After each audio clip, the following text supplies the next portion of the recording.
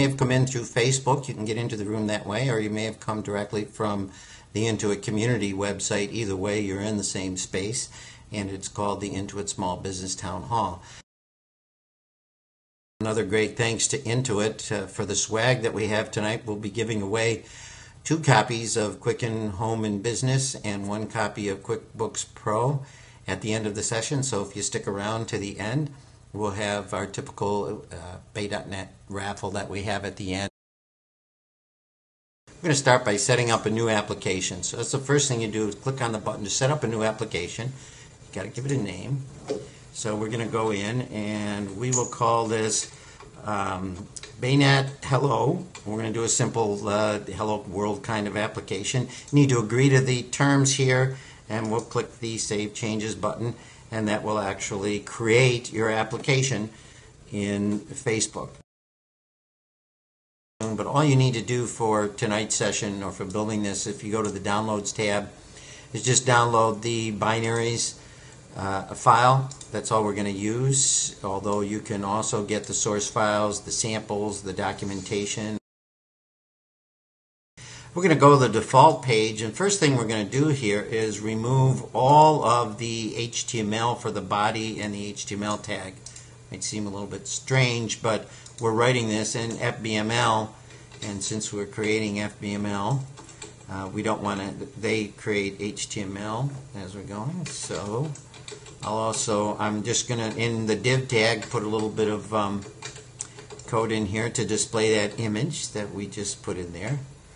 So now we got an image tag that we're going to put into this application, and this is where we're going to actually access the profile. This is our Hello World. We're going to say hello to the API, which is the Facebook API we're going to get out of the code behind file. .users.getInfo is the basic call to get the information about current user and the name. So I'm going to say hello to whoever you are logging in from Baynet here, and that's all we really have to do in the ASPX file around it, and the rest is just creating standard HTML stuff. And then we'll go to the code behind, and we'll put in our using references. We're going to grab 2 of those DLLs for now, Facebook and Facebook.web. Okay, and then using that, we're going to replace the system.web.ui.page extension, and instead we're going to inherit from Facebook.web. And we're going to pick the Canvas FBML base page. That's where we're going to, or you can do a master page if you want to get a little bit more serious in creating your application. And then we're going to add a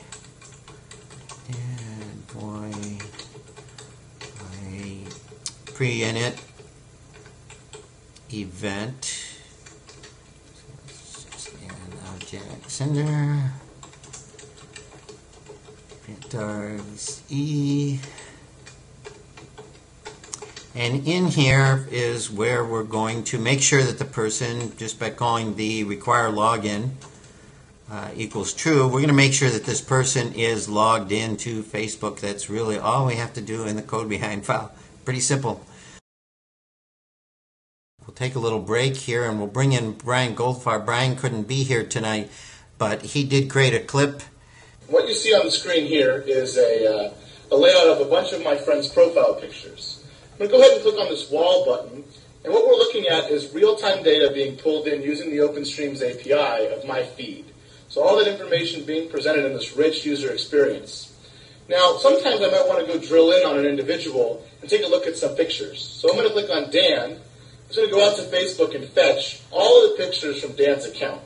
I can zoom in using the deep zoom capabilities of Silverlight to get a nice look of what these pictures look like. And I can also leverage some interesting layout techniques, like a star pattern. We can even look at something in a spiral. But what's really interesting for me is being able to go horizontal and zoom in and really get a quick way to view a lot of pictures at a really high quality.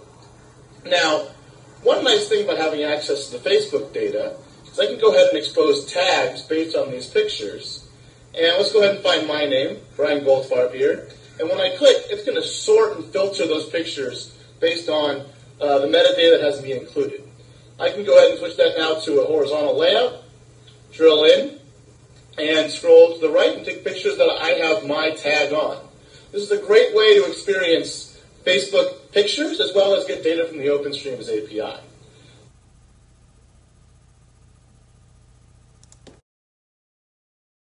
Actually, my question was about the Clarity Toolkit. I was just curious, to kind of scope what the capabilities are. What things does the toolkit cover in the Facebook API, and what things does it not cover? Because you mentioned it wouldn't do the Silverlight stuff. So I was just kind of curious if you could tell us what we could do in general, and maybe some things that we can't do currently with it.